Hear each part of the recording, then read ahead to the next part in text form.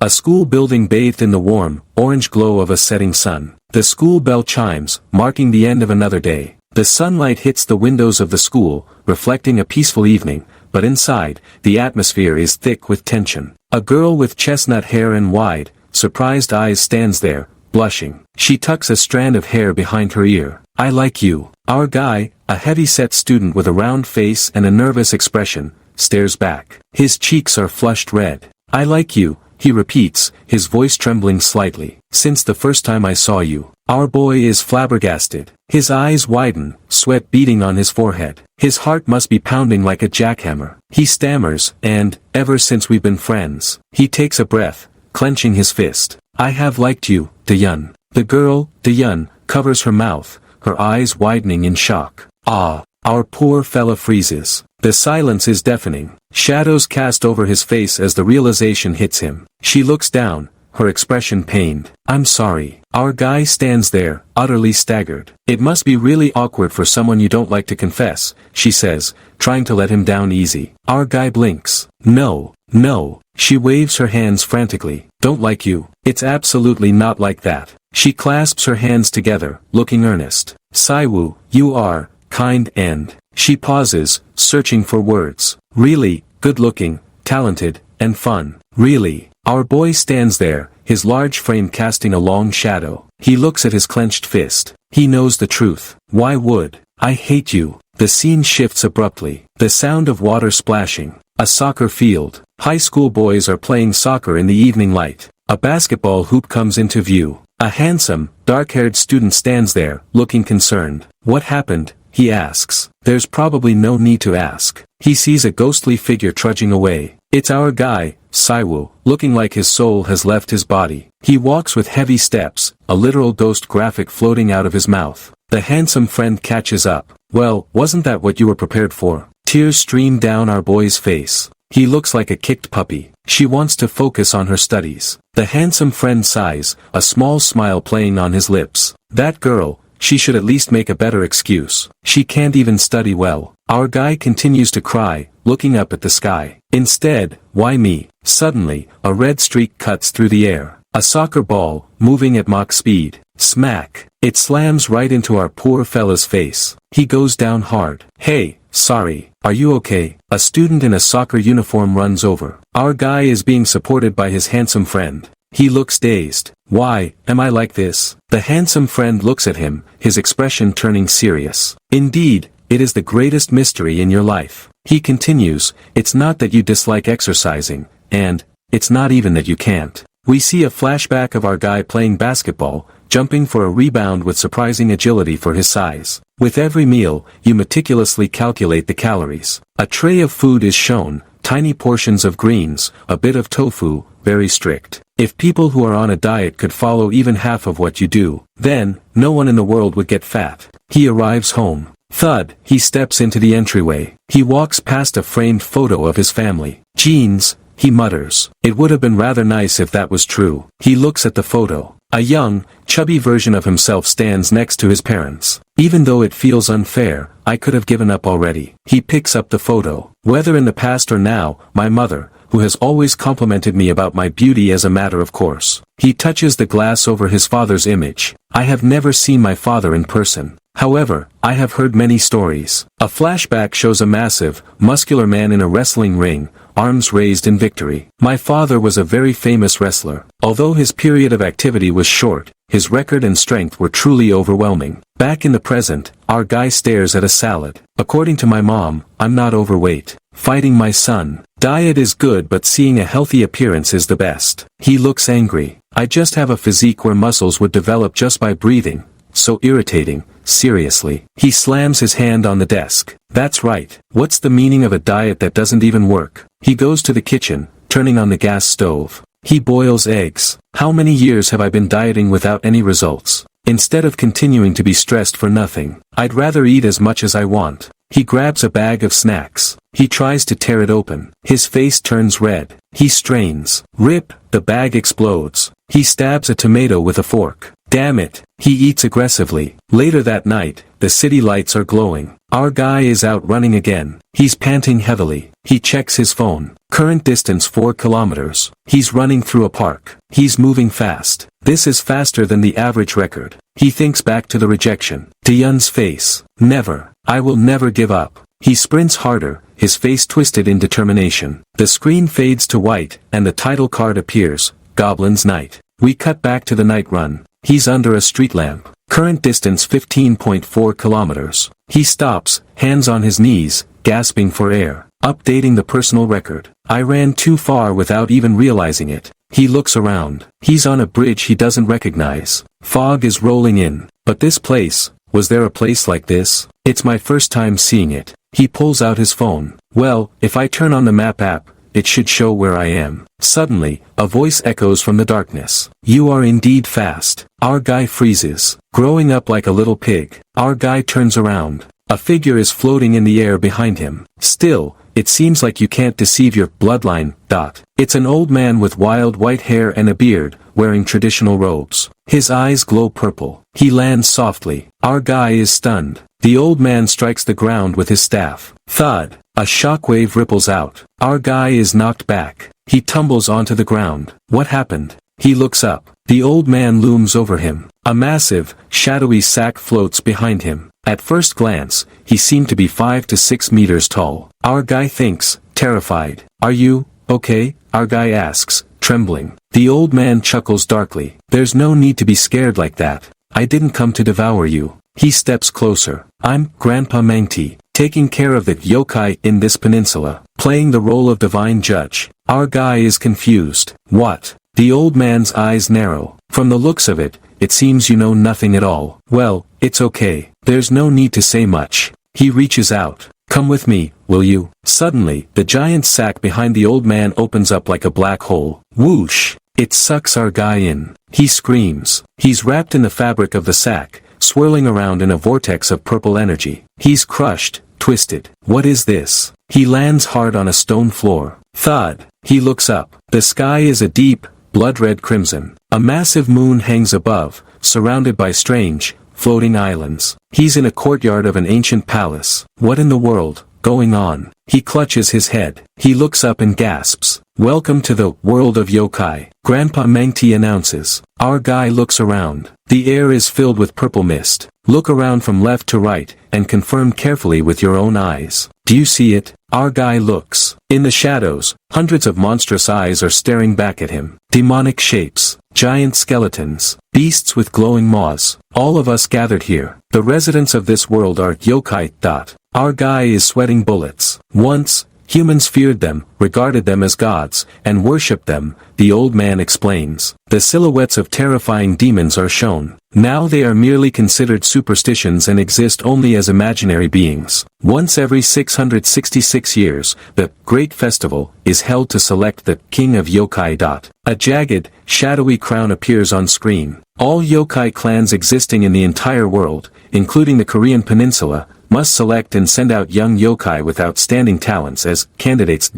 666 years ago, we see a lone figure standing atop a mountain of corpses. It's a battlefield of monsters. A yokai stood tall as our king. A muscular figure with glowing red eyes is shown. He is covered in blood. And, now, 666 years have passed. The old man points his staff at our guy. Wait, just a moment, our guy yells. All right, I got it. The old man interrupts him. You are the only one who inherited the goblin's bloodline. Our guy stares blankly, including the yokai world and the human world. Well, at best, it's only about 4th or 5th generation, just a very slight mixture. Our guy waves his hands. Hey, there seems to be a misunderstanding. Suddenly, the old man's eyes flash. Whether it's complete nonsense or not, at least you should do a test.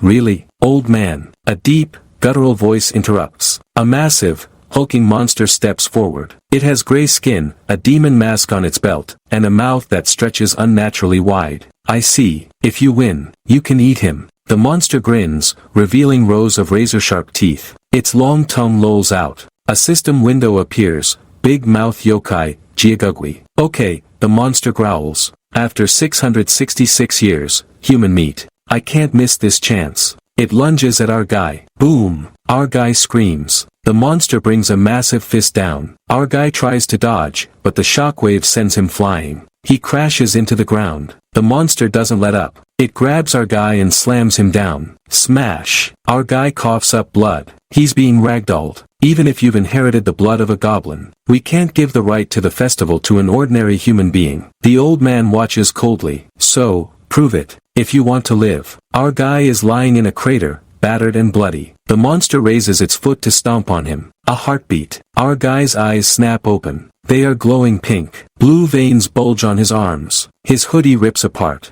His body is expanding. Jeans, he whispers. The monster's foot comes down. Boom! But it stops. Our guy has caught the massive foot with his bare hands. The ground beneath him cracks, but he holds firm. The old man's eyes widen. Oh. Our guy pushes back. He stands up, lifting the giant monster by its foot. His clothes are shredded, revealing a body that has transformed. He is no longer the chubby student. He is a mountain of muscle, ripped and vascular. My father was a very famous wrestler, he narrates internally. He grips the monster's leg. Cyrium. He twists his body. The monster loses its balance. Mountain flip. With a roar, our guy slams the giant monster into the ground. Crash. Dust and debris fly everywhere. The monster lies there, knocked out. Our guy stands panting, steam rising from his body. A status window pops up. Choi Si-woo, 17 years old, race, human, changes to race, half-goblin. Awakening complete. The scene fades. We are back in the human world. A convenience store. Our guy is sitting with his handsome friend, eating a corn dog. He looks normal again, chubby. So, what happened after that? The friend asks. After that? That was the end, our guy says, sipping a drink. Seriously, what kind of shitty dream is that? The friend laughs. Well, after listening to you, it sounds like it was quite fun though, since you won in the end. Our guy looks down. There was nothing fun about it. I was beaten up the whole time, and only managed to throw him to his back once. It's pretty strange that you were getting beaten up in your dream. Don't people usually do things they are familiar with in their dreams? You said that you've never learned wrestling. Our guy pauses. That dream felt really vivid. As if I knew exactly what I was doing from the start. I feel like if I tried right now, I'll be able to do it. Aren't you getting too immersed in this? The friend laughs. Our guy looks at his hand. Anyways, I wonder if it's because I've been under a lot of stress lately. Was I that obsessed with losing weight? He stands up. Even if it was a dream, it doesn't make sense for my body to suddenly become muscular. Suddenly, the scene shifts back to the red world. It did. Our guy is standing in the courtyard again. He looks down at his body. He is shredded. Abs like a washboard. Chest like armor plates. He flexes his hands. Have you come back to your senses? Grandpa Mangti is standing there, along with a beautiful woman with long white hair and red eyes. I assumed you'd wake up after a while since you fell asleep while standing, the old man says. Our guy realizes. It's not a dream. He looks at the unconscious monster nearby. Then, that monster or whatever it was. It's real. It's big. With that kind of monster, I was able to. My body. What about my home? He panics. That's right. What will you do? The old man asks. The white-haired woman speaks up. To be honest, I'm a little disappointed. It's my first time seeing a half-human. But now that I've seen you in person, you're quite stupid and pathetic. She looks at him with disdain. That thing, does he really have goblin blood? The old man sighs. Well, an opponent is an opponent. But, that isn't even comparable to a minor monster. He couldn't use any impressive magic, all he did was show off his strength. The woman scoffs. To think that he was struggling against something like that and feeling proud of his victory. Excuse me. Our guy interrupts. He's standing there, shirtless and muscular. The evaluation is over, right? Then, please let me go back home now. The old man slams his staff. That's right, you've proved yourself admirably. I made my judgment while you were still half asleep, so let's do this one more time. The old man raises his staff. It glows with immense power. I wasn't expecting something like this. He was able to bring the bastard Kongdu down. Was he hiding his strength? That doesn't seem to be the case. Looks like he still has goblin's blood in him. It's been a while since I've seen a goblin Cyrium. The old man announces to the gathered monsters in the shadows. I, the judge of the peninsula's monsters, Grandpa Bogeyman, give a promising judgment. With the hundreds of monsters gathered here as witnesses, to the one standing here right now, he points at our guy. I declare Choi Si-woo not human, but a monster. If there are no objections, everyone should retreat. and spread the news about what happened here throughout Busan. The monsters in the shadows whisper and disperse. To unexpectedly come across a goblin, one must go through all sorts of things. This festival is going to be quite interesting this time. The scene cuts to a quiet moment. As a monster, your name will be added to the register of names, the old man explains. No one will be able to capture or harm you unless they have a valid reason to do so. Our guy nods. Ah, yes, that's good, but I must go back home. What if there's no valid reason? The white-haired woman steps forward. This is frustrating. You're either pretending to be an idiot or you really are an idiot. Didn't you hear that? You're a monster now. She crosses her arms. Unless you can gain recognition for your ability to completely conceal your identity among humans, a monster who hasn't reached 500 years of age can't venture into the human realm. Our guy is shocked. I'm not someone who causes trouble. I've never hit anyone, and lived peacefully. The old man sighs.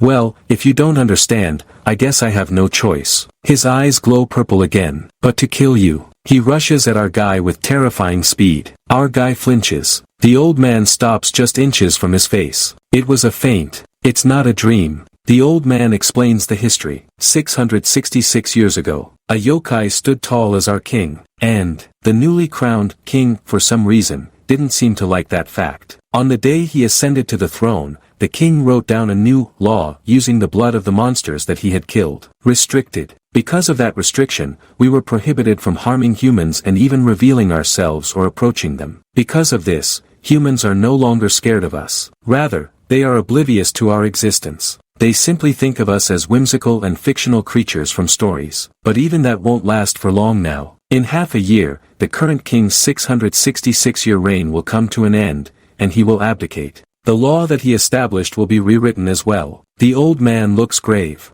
On that day, once the sun sets in the human realm, it will be the moment that all monsters have been longing for to come for the past 666 years. The monster's night. He shows a vision of a city under a purple moon. All creatures of the monster realm will rush into the human realm and awaken the forgotten fears and reverence within humanity. We see images of monsters tearing through streets, people screaming. For a 17-year-old boy, it's impossible to make precise predictions. However, one thing is for certain, that the world will become much more dangerous for all humanity. At the very least, the boy must protect those who are dear to him. Our guy thinks of his mom and his friend. The goblin blood coursing through you is extremely powerful, the old man says. While it may not be comparable to a pure-blood goblin, if you manage to learn how to properly utilize even half of your powers, there will be no monster who dare to harm your precious loved ones. If you manage to win at the festival and become the king of the monsters, you can reenact that law once again. The white-haired woman interjects. Don't speak of something impossible. Even though he's the equivalent of a SOSO monster,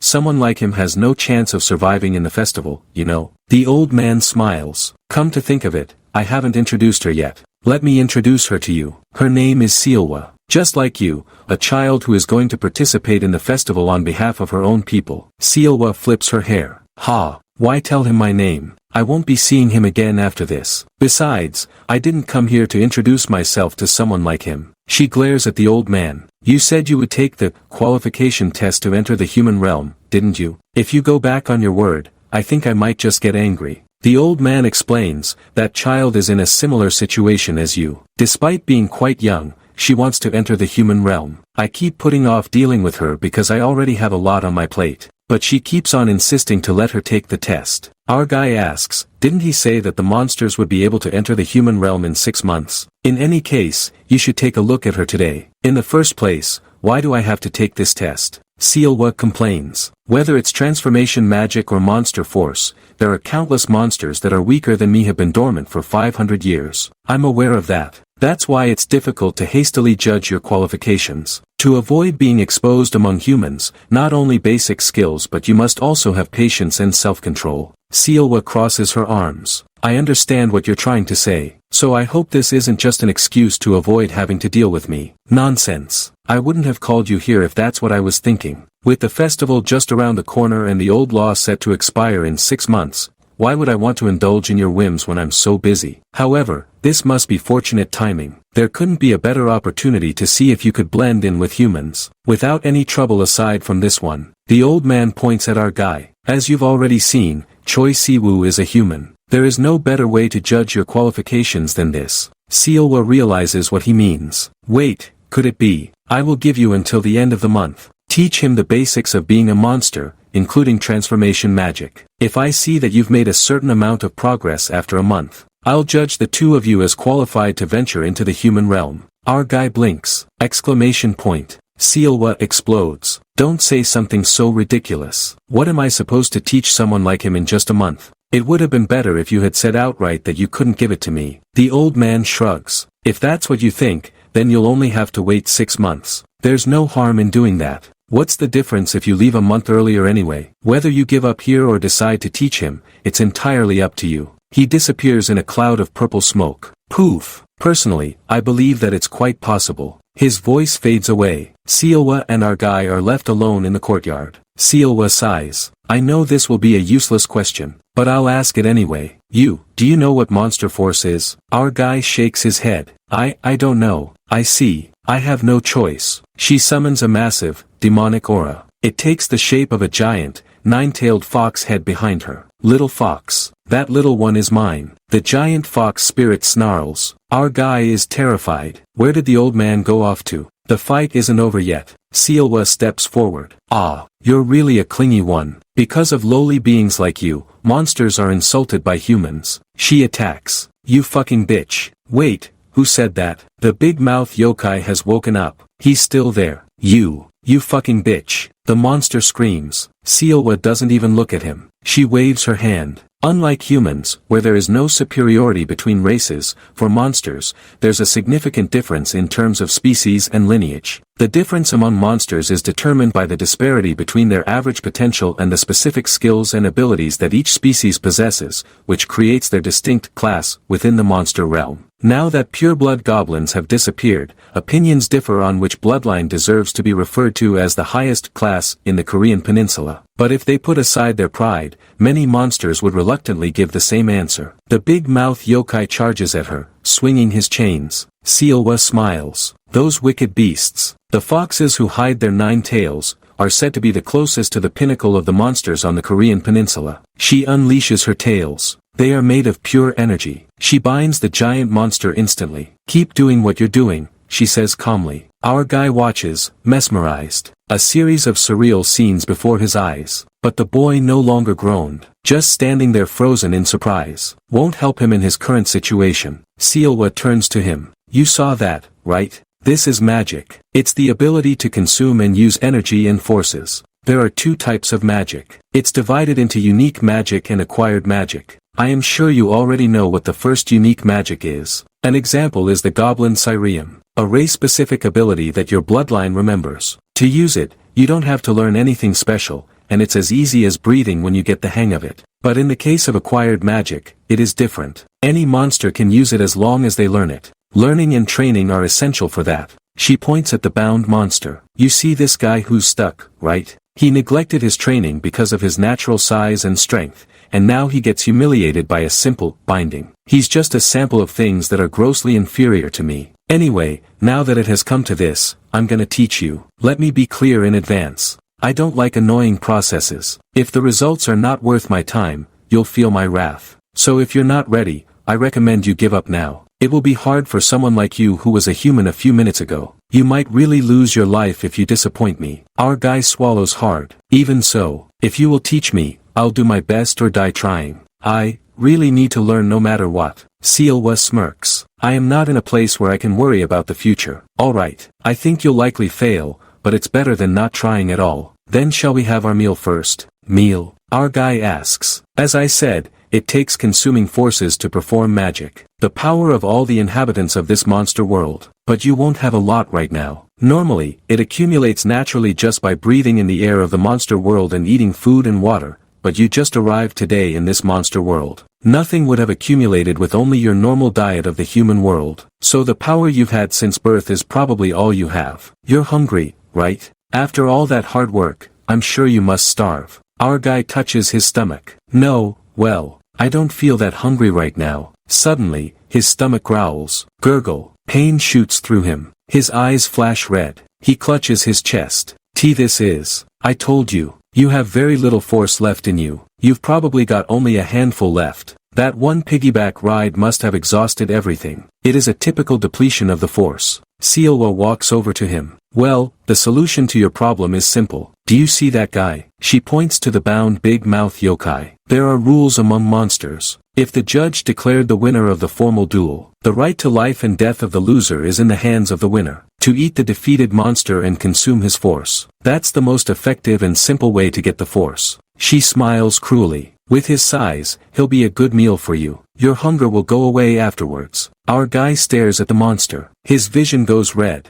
Instinct takes over. At that point, Saiwa moved forward, with instinct, not reason. For the first time in his life, he felt a demonic hunger coursing through him. The desire was fueled by the whispering of the nine-tailed fox, and the only thing in his head was just an instinct to prey. He walks towards the monster. However, if there is something that Sealwa has not thought of before, it is that the greedy goblin's nature will try to capture a prey that is much more nutritious and delicious. Suddenly, our guy turns. He lunges at Sealwa. Swish. Sealwa dodges, surprised. Well, will you look at that? She creates a beam of light. Chain. Boom, she blasts him back. Seriously, no matter how hungry you are, you shouldn't be so arrogant. A half-baked monster like you, really think you can eat me? I guess I must have looked pretty easy to you, right? I'll have to properly fix your bad manners. She tries to bind him with chains, but our guy grabs the chain. Crack. He breaks it with his bare hands. Even if it's just one, he broke off one. Just with his arm strength, Sealwa is shocked.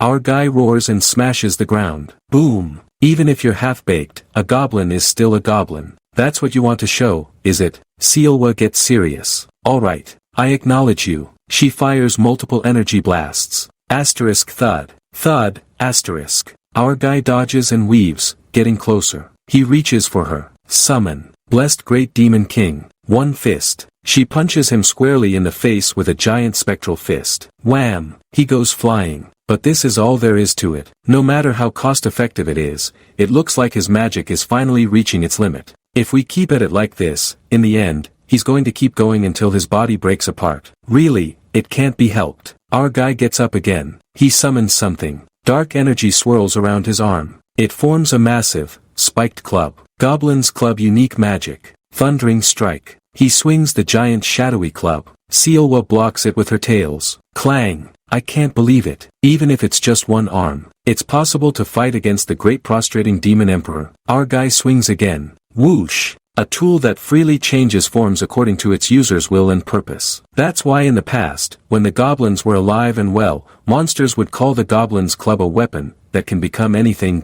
Sealwa analyzes the attack. The shape and attack method. The two of them have changed. To make it hard to respond from here. That club, its power aside, the cost-effectiveness and practical ability of magic is at a ridiculous level. Rather than give him room to get an ample amount of firepower, she decides to end it. Deception of the great prostrating demon emperor. Twin chaotic hand slap. Two giant spectral hands appear and clap together, crushing our guy between them. Slap. But he holds them open. Even this, he's holding on real tight. Seriously, even those who have sloppily reached the age of 100 or 200 years are no match for him. I think I can tell why those goblins were so good. For a halfling that's barely just opened his eyes to be at that level. She charges up a massive attack. A giant blade appears. Upper half. 5 connections 6 cuts. First strike. Slash. She cuts through his defense. Our guy falls. This is hopeless. Was I a bit late? Our guy is lying on the ground. Glowing cracks appearing on his skin. Excuse me, this is incredibly unfortunate, but you'll die soon. The collapse caused by the magic depletion has already begun. But, it's your responsibility, you know that? Since you're the foolish one who didn't know your place, and didn't even know up to the point your body was breaking apart. Sealwa looks down at him. Looks like I'm going to get a huge scolding from that grandpa. Our guy whispers, Mom. Sealwa flinches. She looks at his tear-streaked face. Seriously, she leans down. She kisses him. Or rather, she breathes energy into his mouth. A glowing orb passes from her to him. From 5 tails, to the magic from the fox bead I kept from a short while ago. If you don't give returns for the investment, then you'll really get it from me. The scene fades to white. Our guy wakes up in a traditional room. He's lying on a futon. He sits up. His body feels better. The door slides open. Sealwa enters carrying a tray. She's wearing a hanbok. Drink, she says, placing a bowl of dark liquid in front of him. Pardon, drink it before it gets cold. Yes ma'am, thank you for the drink. He picks up the bowl. Is it, like oriental medicine? He takes a sip. Gulp. He gags. This. What's it made out of? I'll kill you if you spit it out, she warns. Who knows? Knowing won't help you finish it. I won't pester you, so drink up. And listen while drinking. First of all, you forgot something important. That giant-mouthed goblin must have run away while we were fighting. Well, regardless, ownership is still yours. He's probably hiding somewhere, curling up for 100 years, since he knows that it'll work right away if he's caught. Our guy finishes the bowl. It was a tonic perfect for a halfling like you. Seems like you spit out what was in your mouth. Is there no alternative method? He asks, looking serious. Alternative method? Look at you. Do you still think you're a human? If you're not prepared to hurt someone to get stronger, then, it's not that. It still hasn't registered that I'm killing or eating monsters. And it's true that I don't want to. But to be honest, no matter who it is,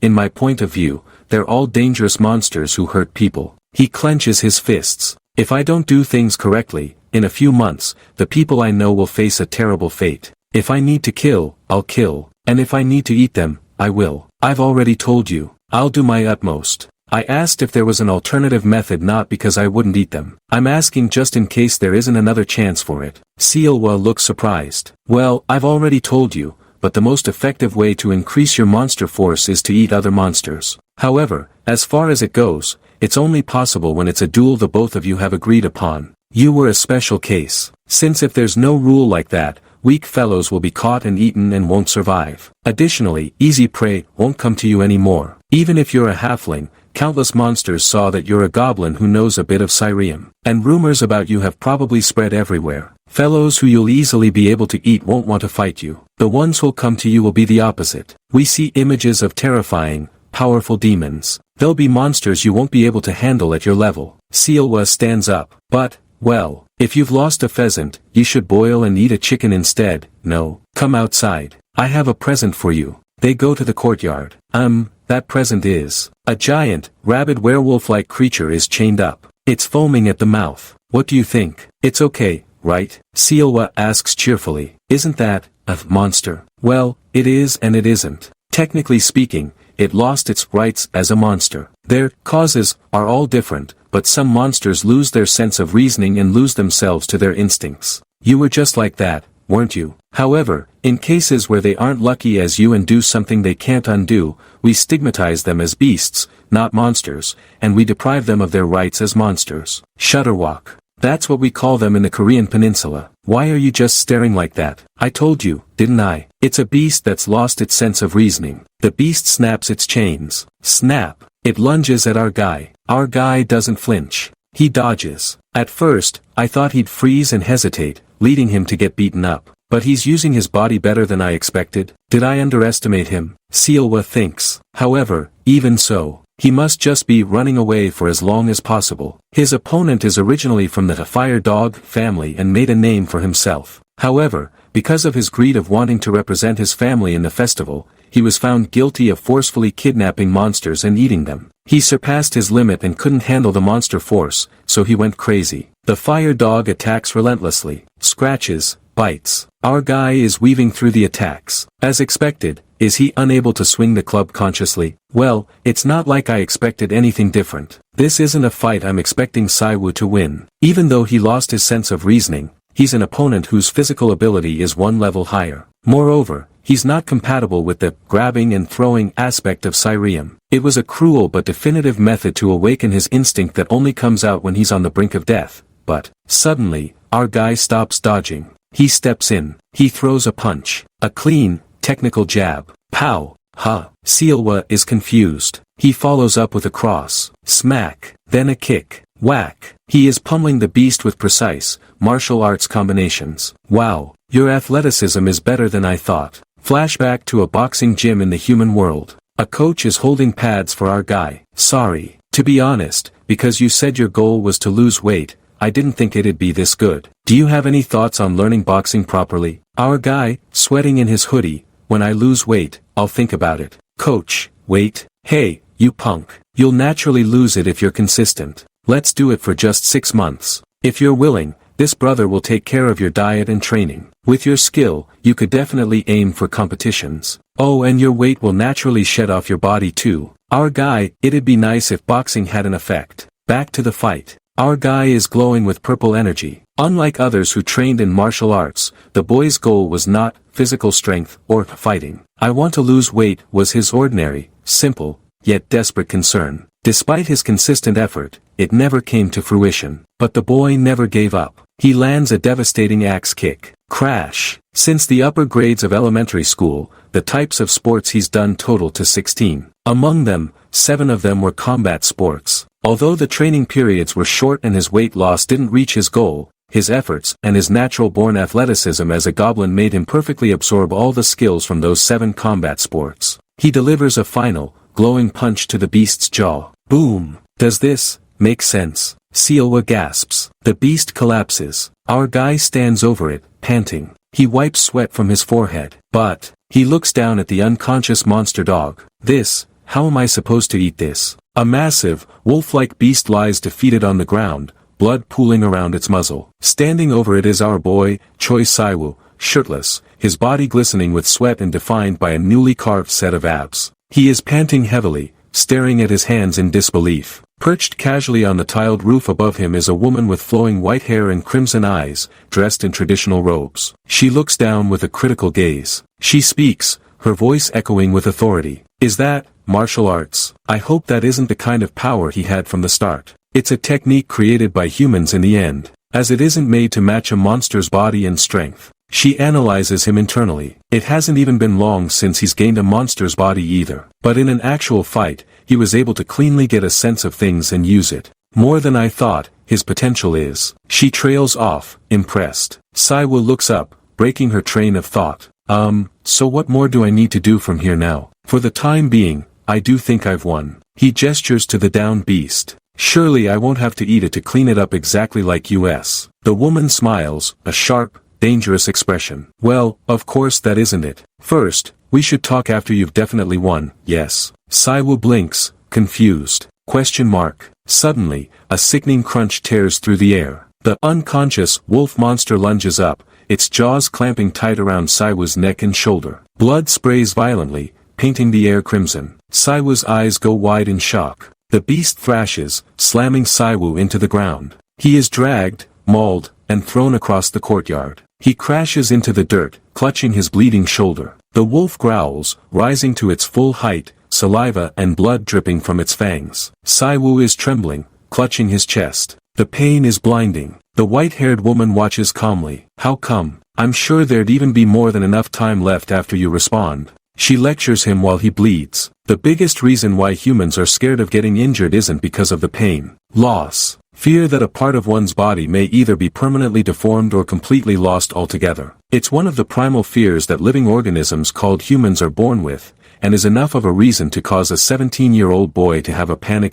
The wolf lunges again. Siwa's eyes snap open. The beast swings a massive claw. It smashes into the ground where Siwa just was. Siwa backflips, landing crouched, panting. He stares at his own body. The wounds, they aren't stopping him. He realizes something profound. Humans and monsters. There are so many differences between the two species that it's meaningless to count, but if we're to pick the biggest difference from amongst them, it'd be the body's durability and recuperative ability. He clenches his fists. And it'll also be the gap between mindset and behavior that stems from it. The wolf roars, lightning crackling around its jaws. Siwa's internal monologue shifts. So long as you aren't dead or fatally wounded, injuries are meaningless. The moment you accept it as common sense, the restriction on the body from your unconscious self to protect itself is lifted. Siwa steps forward. The ground cracks under his foot, and the limitations of which physical abilities can be exercised are increased greatly. He launches himself. He is a blur of motion. He slams his fist into the wolf's face. The impact is devastating,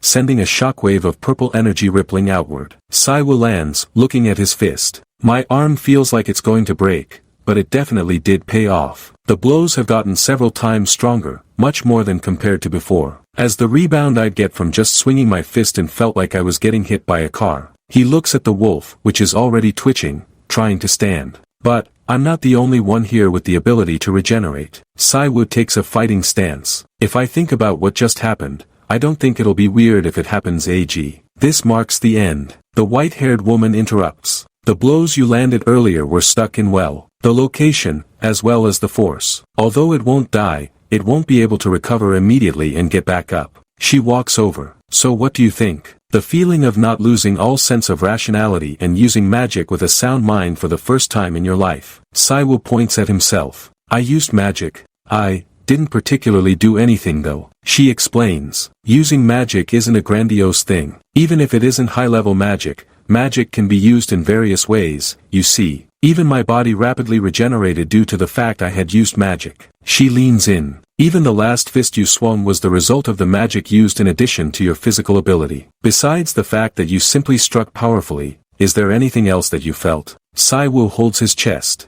I'm not completely sure, but it seemed like I felt something similar to static electricity. She nods. Well, if what you felt is correct, then that's probably magic. Because you don't have much experience yet, you won't be able to feel it clearly. The reason why I made you fight that thing over there is also for the experience. Because if you fight so that there's blood and you struggle to win, you'll unwittingly display your magic. She looks at the wolf, which is struggling to crawl. Still, I was a bit surprised. I thought you'd have to roll around for at least 10 days before you'd get a rough sense of things. I'll compliment you, you're quite talented. Saiwu laughs awkwardly. Ha, ha. She points at the wolf. Then, you should finish it now. Saiwu freezes. Exclamation point. She narrows her eyes. You said that you're prepared, right? I do think it's a redundant question, but until now, have you killed anyone? Saiwu looks down. None. She instructs him cold-heartedly. Ending it in one go is best for both yourself and for it. If you just sloppily leave fatal wounds, then it'll make a last-ditch effort.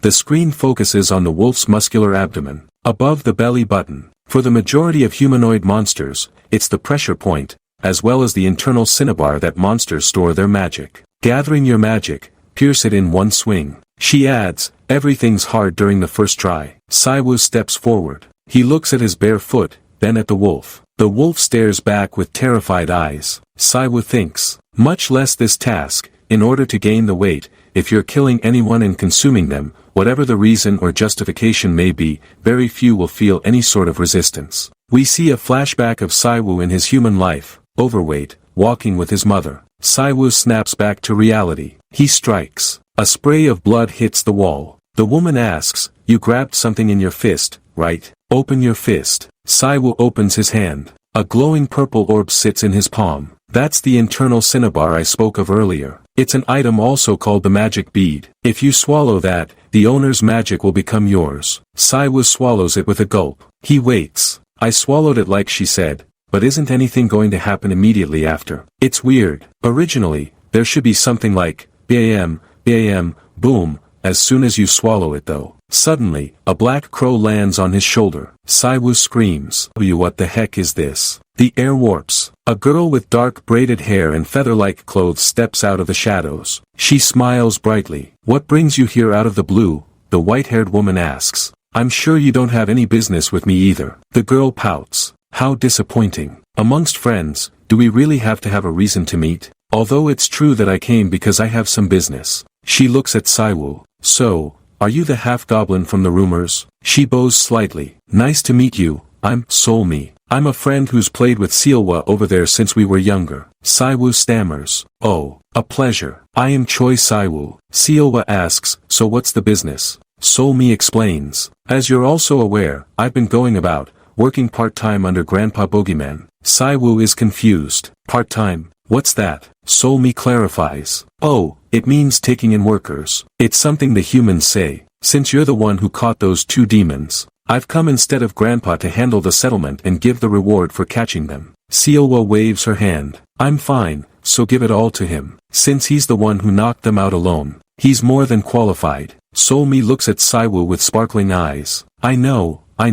I was basically watching from the start too. He's incredibly impressive. To the point that I can't believe he was human up until recently. At this rate, won't something really happen during the festival, where he may even become your leading competitor? Sealwa, no. Sealwa smirks. Just up to there. What festival? When he'll be taken down the second he steps foot. Solmi giggles. I wonder. I think he has enough potential. So Saiwu, I'm going to give you a reward now. It's been a while, so I'll give you a choice. She holds up a finger. The chance to go home right this instant. And a chance to take a step forward as a strong monster. Which one do you want? Saiwoo stares at her, stunned. Cut to a sunset scene at a school. A handsome student with brown hair is on the phone. Yo, what the heck, Choi Saiwoo. You didn't even show up at school and your phone's shut off. I picked up this unknown number in case it might have been you. Is something wrong? Saiwoo, on the other end, looks conflicted. No, is what I want to say, but I can't. What? Yushin, you know,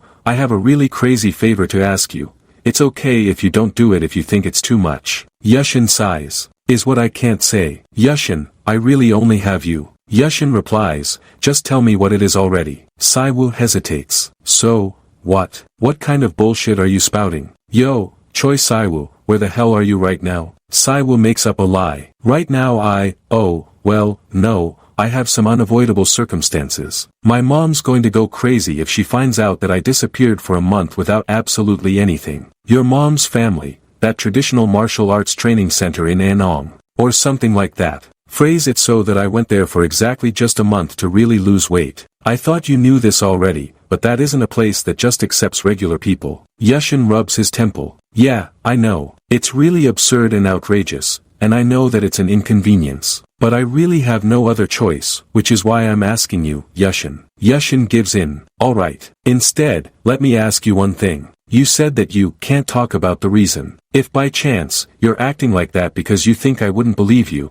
then you can just tell me. Because who knows, I might even be of help to you. Saiwoo looks at Solmi. She puts a finger to her lips, smiling dangerously. Her text bubble reads, it's alright to lie, but speaking of our existence is a breach of rules. I'll even be punished along with you. Saiwoo sweats. Yeah, alright. Yushin says, if something happens, and if you can reach out to me, then make sure to do so. He hangs up. Yushin looks at his phone, suspicious. It probably isn't it, right? Back in the room, Saiwoo sighs. Phew. Saiwoo looks at Solmi. You're saying I could go back right now? Solmi nods. But I heard that it's only possible if you're qualified. Yeah, well, that's true. But I don't make up things that don't exist. If you really do want to go back, then I can send you back to the human world right this very moment. So, what do you want to pick between the two? Saiwoo thinks for a moment. It's alright. Leaving here after a month. I'll do that after I pass the test I'm supposed to take. Solmi is surprised. Oh, how come? Saiwoo clenches his fist.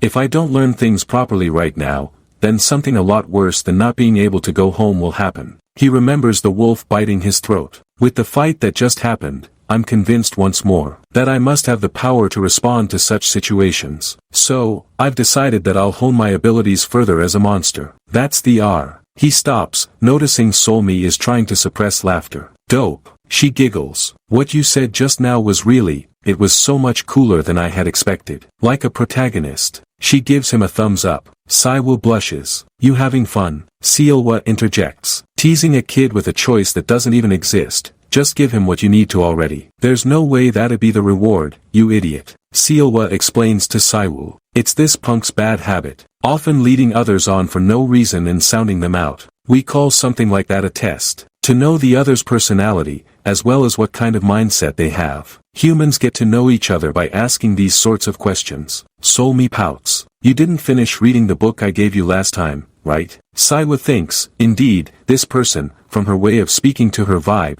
it's different from the other monsters. It's as if I'm seeing someone my age. You mean that nonsense theory? It was so childish and simple that I wasn't able to make it past a couple of pages. Sealwa sighs. I personally made that for you to see though. If you want to turn into a human, then you have to memorize the MBTIs at least. In any case, I'm going to take him out somewhere for a bit, okay? Because I was thinking of taking him out once from the start. She adds a small thought bubble, and I liked his answer too. Saiwoo says, as you please. Suddenly, black feathers explode around Solmi. She transforms into a giant, menacing crow with glowing purple eyes. A system window appears, demonic crow.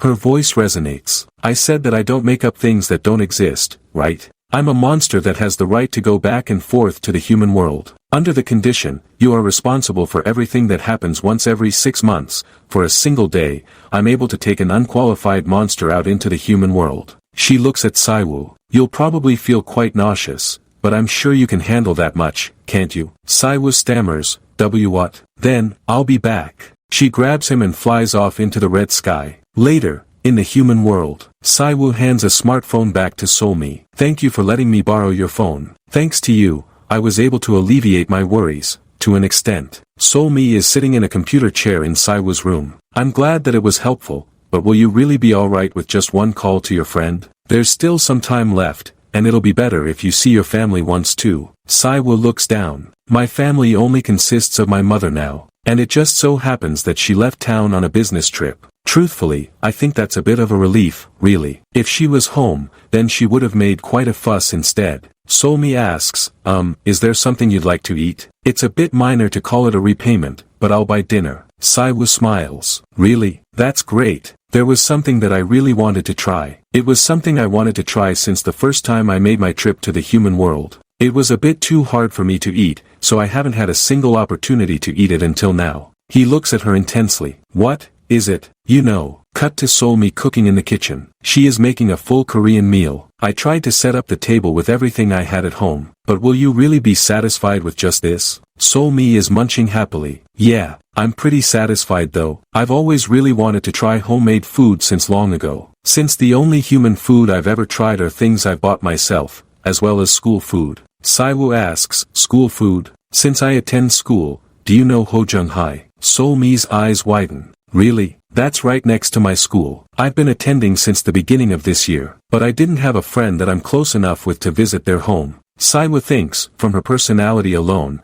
she seems like the type to have many friends though. After the meal, Solmi stands up. Thank you for the meal. It was really good. It really has a different vibe from food that you buy at a restaurant. She drops a heavy bag on the table. Then, I should give you the reward I mentioned earlier. She pulls out a scroll. This scroll right here is called a monster storage. It isn't the same exact thing to be exact, but shall I call it like the bag and smartphone that we use? She demonstrates. She touches the paper, and it lights up like a touch screen. Like what I did just now, you can call it freely. And it can display what you want if you move your finger like this, as if you're scrolling on a phone. And inside this is how you can store and take out items. You can carry items without having to think about the weight or size of them. She hands him a wooden box. There are other uses besides that, but if you use yours a few times, you'll be able to familiarize yourself with it pretty easily. Saiwoo opens the box. Inside are coins, scrolls, and a leather arm guard. Solmi explains. The one in the middle is the monster storage you'll be using. The pile of coins on the left is called goblin face coins. It's a currency that has quite a high value even in the monster world,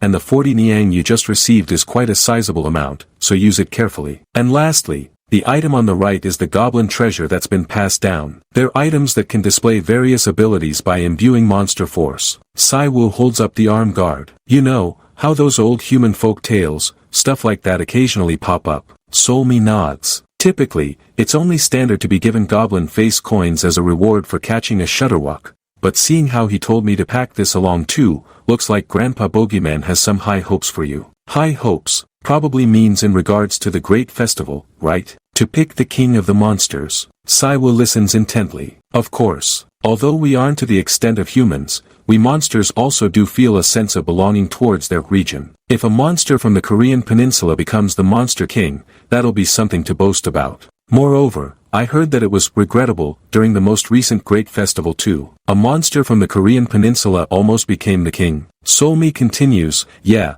from what I've heard, they were there until the very end, and I heard that it was an incredibly close match with the current monster king. We see a silhouette of a dark, muscular figure with glowing eyes. That was quite regrettable then, Saiwoo says. Yeah, and what's more interesting, is the fact that the monster species was a dakibi like you. Saiwoo points at himself. Of course, they were so strong that in the entire history of the monsters living in the Korean peninsula, there was no one that could rival them.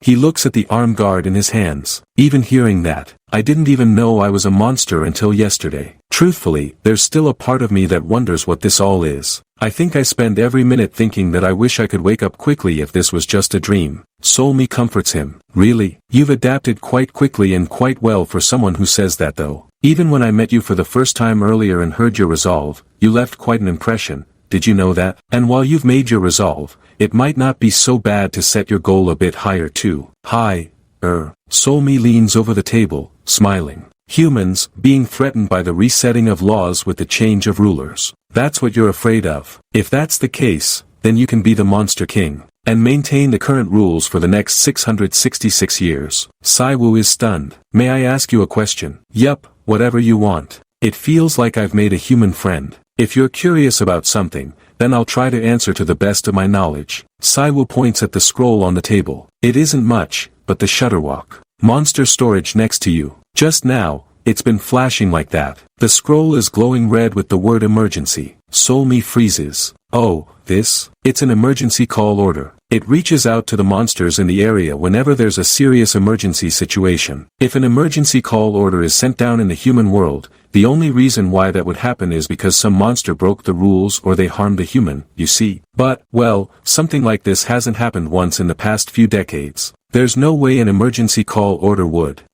She realizes it's real. Cut to a rooftop at night. Saiwu is putting on the arm guard. Oh, so I put my hand in like this. Do I just put this on and go around with it? Or is it like armor? I'll have to ask how to use it later. He looks at a digital clock. 09:56. It won't take long. It's a little past 6 right now. Half a day is 6 hours, and since we came at 4, we just need to go back by 10 p.m., okay? I'll be back in a flash, so you just have to sit tight and wait for me to return. He remembers Soulme saying, and you can speak comfortably with me, we're friends, aren't we? When I come back, just call me Soulme. Saiwu looks out the window at the city. In the end, it's past 10. I wonder if something happened. If I knew this would happen, I should have gotten her number at least. He looks at a framed photo of his father. If I have goblin blood flowing through my veins, then it's probably from father's side. Well, even if that's the case, you're probably about a 4th or 5th generation, although you're just only a bit mixed. Did father know that he himself was born of goblin blood? Or, he senses something, Soulme. He looks out the window to the apartment building across the way. We zoom into a dark alleyway between buildings. A young man is pinned against a wall, lifted off his feet by a massive, shadowy hand. He is choking, tears streaming down his face. It's Yushin. A voice from the shadow monster hisses. Why are you wriggling about? Things like you don't even feel pain, don't you? Suddenly, a girl with teal braided hair shouts, you. Ugh. No, she's panting. She points a finger. A blast of blue energy strikes the shadow monster, forcing it to drop Yushin. Yushin falls to the ground, gasping. The girl, wearing a gray hoodie, rushes over. Please don't worry. Your friend will be alright. The injury isn't that deep, and I've put on a salve to stop the bleeding, and the ambulance will soon be here too. Yushin is hyperventilating, terrified. He looks up and sees the shadow monster reforming. It looms over them, a giant beast with a glowing purple chain around its neck and a jagged smile. The girl stands protectively in front of Yushin. Keep your head straight, because the day that rumors spread that you've been beaten by that sort of thing, will be the day your entire family won't be able to go around with their head held high. Well, it isn't a family with a good reputation to begin with. She smiles nervously. And I knew that you'd be by my side too, Appa. A young man with teal hair and a jacket walks out of the shadows. Who are you calling Appa? If you're a bit older and close to me, then you're an Appa. If you don't like it, then I'll comfortably call you by your name, Goyu. The girl, Goyu, retorts. Isn't there an option to be called in a polite and courteous manner? Then, Oroboni, the teal-haired man sighs. Just call me whatever you want. He looks at Yushin. His hand glows with purple magic. Think of today simply as an unlucky day. A car that appeared in the alleyway hit you and your friend, and the driver ran away in a hurry. Until the ambulance comes, don't be afraid, and rest comfortably. Yushin's eyes roll back as he falls under the hypnosis. Goyu asks, hypnosis magic isn't your family's inherent ability though, is it? I heard learning something separately like that is really hard though. I also tried to learn from Sealwa, but I just got scolded and gave up. Does that mean you're a front runner? The man ignores the praise. 2 here. How many have you caught until now? Including the ones that you helped me with, a total of 24. And there wasn't even a proper monster amongst them either. They're all shutterwalks. They're all on leashes, evil spirits controlled by someone. Just from what I saw, they've killed 7, and injured over 50. Who the hell and why exactly would they do such a thing? The man looks grim. I'm sure they're aware of just how heavy the crime of maiming humans is. And what sort of amusement are they getting from such carnage? Goyu shakes her head. You're wrong. It isn't for amusement, but for gain. They're killing humans for some sort of gain. I don't get, that's reasonable, as it isn't something that's well known to our generation. Since the olden days, humans have been eaten up by goblins, and it wasn't just to satisfy their sadism or appetite either. Consuming human blood and human flesh, because that itself is an incredibly potent health food to us monsters. You can easily become strong by eating human meat. Goyu shudders. I can't believe it. I've never heard something like that until now. It was a widely known fact long ago, something that just wasn't passed on to our generation. She looks worried. If that truth is known, then will the human world be as quiet as it is now? You'll probably know well since you've taken the qualification test. As there aren't many instances where young kids like us, not even 500 years old yet, that would choose to struggle to take that complicated test. Unless they're oddballs like you and me, it's a boring and frustrating place where there's no real need to go in and out until the law changes. That's our generation's perception of the human world. The man looks at the city lights. But at this current moment, when we're near the festival, everyone's searching desperately to be even the littlest bit stronger. There are monsters who are aware of the secret regarding humans and are willing to take the risk. You should know as well if you're helping Grandpa Bogeyman, don't you? That in recent days, there have been many that have destroyed themselves by going too far trying to get power. Not understanding isn't a motive, but a mindset. He scowls. If it was me, I would have never created this sort of mess. Rather than attracting attention by using evil spirits that can't even move delicately, I would have done it myself, swiftly and surely capturing them one by one, before eating them. They must be an extremely pathetic coward. Would a coward who isn't even able to attack humans who can't resist, be bold enough to move themselves? Goyu argues, well, even if they are evil spirits, if they have the skill to call forth hundreds, then they may think that it's safer to do that than it is to step forward themselves. Then you go and tell them or something. That instead of acting like a bastard who's desperate for attention, just properly, no way. This damn idiot. I'll get going first. Appa, you do the cleanup, alright? She rushes off. The man looks up. A black feather drifts down. Above him on the railing, Saiwu is perched. What is that? He looks around. I'm sure it was closed, even just a second ago though. Saiwu spots the shadow monster in the apartment across from him! He sees a silhouette entering a room. How easy. If I knew just how defenseless he'd be, I wouldn't have gone out of my way to put in that much effort. The shadow raises a blade. Saiwu jumps. He crashes through the window, intercepting the blow. Ack. Saiwu grunts as he blocks the glowing blue blade with his new arm guard. The shadow is shocked. This punk, he knew. The shadow's form shifts. Text appears, Goblin Cirium. Saiwu is grabbed by purple energy tendrils. He is slammed into the ceiling, then the floor. Lightning stab. A massive burst of purple lightning explodes, engulfing Saiwu. Saiwu thinks, I thought my heart was going to leap out of my chest. Ability. I don't want to go so far as to call it that, but one of the goblin's characteristics. What is this really? That I rarely get beaten twice with similar tactics.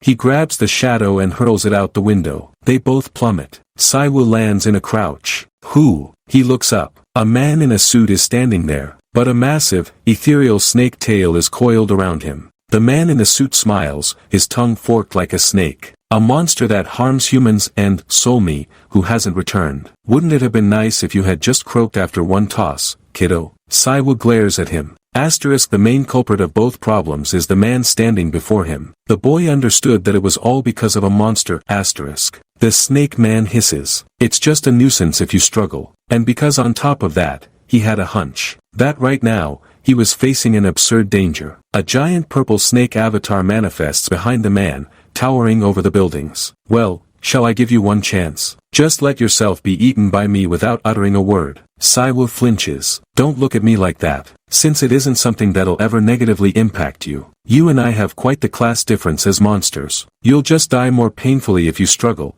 and if the results are going to be the same, then isn't it better to have a painless death? And if it's now, I can even make you a promise. That I'll just let your mother off the hook and devour the others. He holds up a photo of Saiwu and his mother. How about it? I think it's quite a good off. Saiwu snaps. Purple lightning erupts from his body. He punches the snake man in the face. Goblin sir. The impact is massive. The snake man is sent skidding back. Saiwu stands tall, smoke rising from his body. Sorry about that. Even still, it was quite a crude and banal threat, right? Even I think it was a bit too much. But what can we do? I can't think of an appropriate provocation line. The snake man wipes blood from his lip. Unique magic, murderous sacrilege. My unique magic's poison. The power isn't that bad, but I have to be touched directly in order to activate it. He touches Saiwa's chest. It's an incredibly shitty ability, right? I can't even get the chance to use it against those who are stronger than me. And it just barely worked on you after I racked my brains a bit. Saiwa collapses to his knees. I heard that those born of good bloodlines are able to pin others down with just a stare. I can't muster any strength in my body, like I'm experiencing sleep paralysis. It's a fucking unfair life. The snake man looms over him. In the already determined rules, weak things have no choice but to be preyed on. If you knew how to use the thing on your arm, then things might have been different. Disasters don't wait until you're ready to occur. The giant snake opens its maw. Well, I'll remember you fondly, so keep that in mind in your next life. Saiwa grits his teeth. Asterisk, it's not that I can not move at all. If it's just one move, this feeling that I can work it out somehow. Asterisk. He forces his body to dodge as the snake strikes. He delivers a desperate punch. Suddenly, a voice chants, Ancestor Thunder, who resides above the 9 heavens and presides over the ministry of thunder. A blue blade pierces the snake's body. Lightning crackles. The snake man screams. He jumps back, bleeding. What? A figure in a white shirt and a wooden mask stands between Saiwa and the snake. He holds a sword glowing with blue energy. I'm sure your night hasn't arrived yet though. Well, I see you're cooking up a bunch of bullshit. You good-for-nothing fuckers. Holding a useless weapon,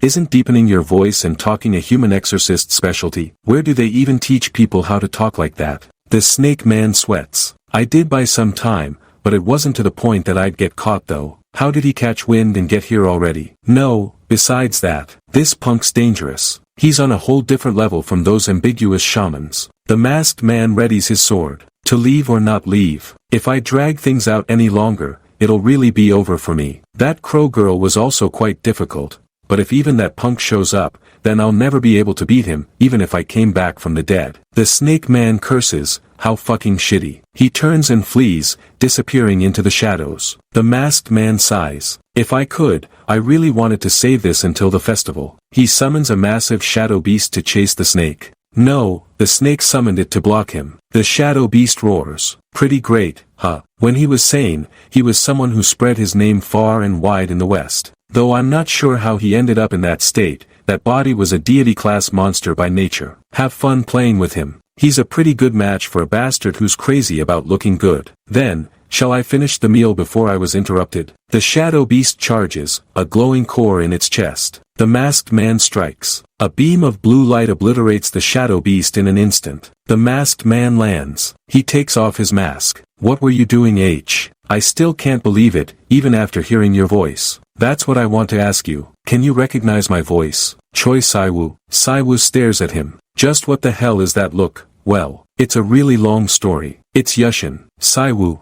you. What happened? Yushin looks at Saiwa's condition. Forget about your body. How on earth did you deal with that creature? Wait, I suddenly feel out of breath. Yushin examines Saiwa. Poison, and not just an ordinary poison, but an ability. With the emergency medicine I have now, I can't heal this. Why yeah, no need to talk about it now. Saiwa, wait here for a moment. He tries to heal Saiwa, but stops. Natural healing, is it taking place? Yushin is dumbfounded. Suddenly, Solmi lands. This is getting insane, seriously. Saiwa looks at her. Solmi. Yushin glares at Solmi. So, are you feeling a bit better now? Are you asking if I'm okay? Like I could be, okay. Yushin mutters, and to make matters worse, a friend we've known for 3 years turned out to be a supernatural hybrid, fully recovered now. And to think that friend was a goblin hybrid. He rants internally. Asterisk for 3 years, right in front of us, we never sensed a thing. They criticize the Ministry of National Defense for wanting to be the Moon King over a subject they didn't even suspect. If my father knew,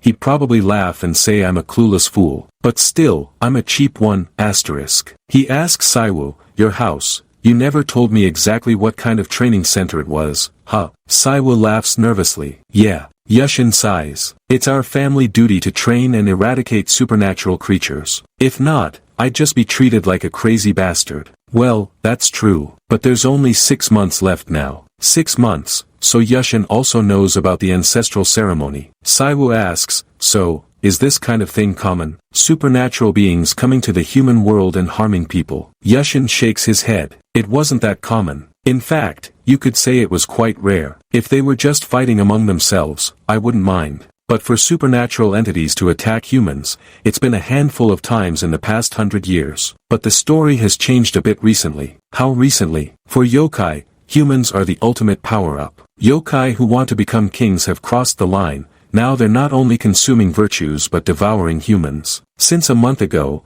the number of missing persons started rising, particularly in densely populated cities. While there's no concrete evidence linking these incidents to yokai, in most cases, there were signs of bloodshed or destruction left behind at the homes of the missing. However, this is the first time yokai have revealed themselves so directly. Yushin points his sword at Solmi. Well, what have we here? Solmi is startled. Saiwu. She rushes to check on him. Are you okay? Did you get hurt? I'm sorry, really sorry. I fell for it like a complete idiot. Yushin interrupts. That's enough of that. Don't come any closer, you yokai. Solmi freezes. If you take even one step in this direction, I'll consider it as ignoring the warning and terminate you immediately. Saiwu steps in. Yushin, that person is, probably not a human, but a yokai. Yushin says, they probably understand the concept of abiding by the law. So, I warned them instead of immediately striking them down. So, there's no reason to give a warning if you're going to strike them anyway. It's because of you. Yushin looks intense. Like, they'll say, if you're qualified as a yokai, we'll let you loose in the human world. Fool, do you even know what that means? Those things are monsters. Even if they look human on the surface and have individual differences,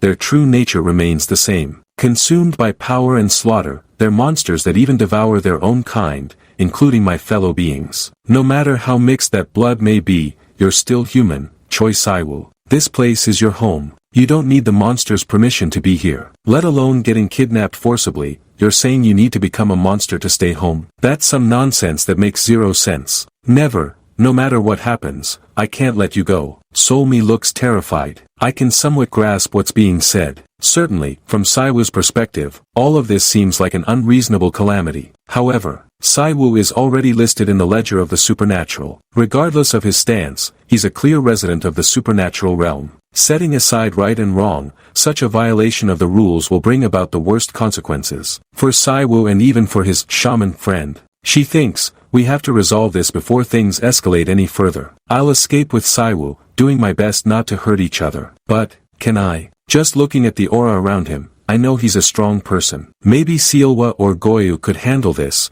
but as for me, no. Even if I can't say it aloud, I can't just stand by and do nothing. Solmi summons a feather blade. I regret to inform you that as a guardian, I will have to take Choi Saiwu with me. If you're going to ignore the warning, I'll. Yushin raises his sword. Fine. He swings. Saiwu intercepts the blade with his arm guard. Sparks fly. What the? Yushin is shocked. Saiwu grabs the blade. He's got an interesting appearance. Does this engraving have some sort of meaning? Is he being controlled by magic? Hypnotized? Controlled? No, that vibe is totally different. Yushin shouts, Saiwu, what on earth? I might not understand the killing, but I think the term, a yokai devouring its own kind due to madness suits you, Yushin. Starting with me now, since I've already devoured someone today. They say it's a yokai whose rights have been stripped away. Honestly, I'm not sure. Whatever happened, I killed someone who was alive. To protect myself and those around me. And from now on, I plan to continue like that as much as possible. Saiwu looks serious. I have no intention of harming people or causing harm, but I've agreed to devour non-essential yokai if it makes me stronger, even if it means death. So, you don't really need to go that far. Our household, no, even if I have the power alone, with you and your mother, in about 6 months, you'll be safe enough in this world. Saiwu smiles. Hey, Yushin. Continuing from earlier, I got one more thing to say. I'm gonna be the yokai king. Yushin stares at him, dumbfounded. Saiwu laughs. I want to give it a try, I'll do it. Yushin lowers his sword. Understood. Whether you're human or a supernatural being, if your intentions are clear, you don't have the right to force it upon me. But if there comes a time when you, as a supernatural being, cross the line, I'll eradicate you without hesitation. Right, that's how it should be. Saiwu sweats. If you've come to that judgment, it must be a time when you've done something terribly wrong, even if you die for it. Yushin turns to Solmi. Hey, guardian. What's your name? Solmi. I hold the position of a promising messenger in the half-yokai court. I see. Apologize for interfering in the matters among your yokai. But, among you yokai, I've heard there are also laws and rights to be upheld. If that fellow over there can't guarantee that, and is unfairly killed or injured, with the position of the Star Hall's chief shaman, anything related, I'll eliminate without mercy. See you next time. Don't worry about your mother's affairs. Yushin walks away into the night. Solmi collapses. I seriously thought I'd die from fear. It's my first time encountering a shaman. Are they all this intimidating? Saiwu reassures her. It won't be the case. That guy seems like an exceptional case even among them. Goyu, Solmi whispers. You followed me. The teal-haired man from the alley, Goyu, steps out. I can only follow. Now that I've realized what you were thinking, even not knowing how strong the opponent is, and not even knowing how many there are, you rushed in head first. Even if the opponent was just a bit stronger, you would have been devoured without a chance. Solmi looks down. Goyu looks at Saiwu. Yeah, are you that reckless half-goblin? Hello. Goyu explains. Among yokai, those rooted in animals are called beast demons. In most cases, they are bound by the form and instincts of animals that can be considered ancestors. As their status as yokai rises, not only their human disguise but also their true form deviates from their origin. Such yokai or clans are referred to as phantom beasts. And beyond that, there are those who transcend their own origins. In the past, they were called divine beasts, beings who were worshipped by both humans and yokai. A massive image of a black tortoise/snake entity appears behind him. Nice to meet you. My name is Goyu. You must defeat me in order to become the yokai king. He extends a hand. Representative of the Goyu Black Tortoise clan.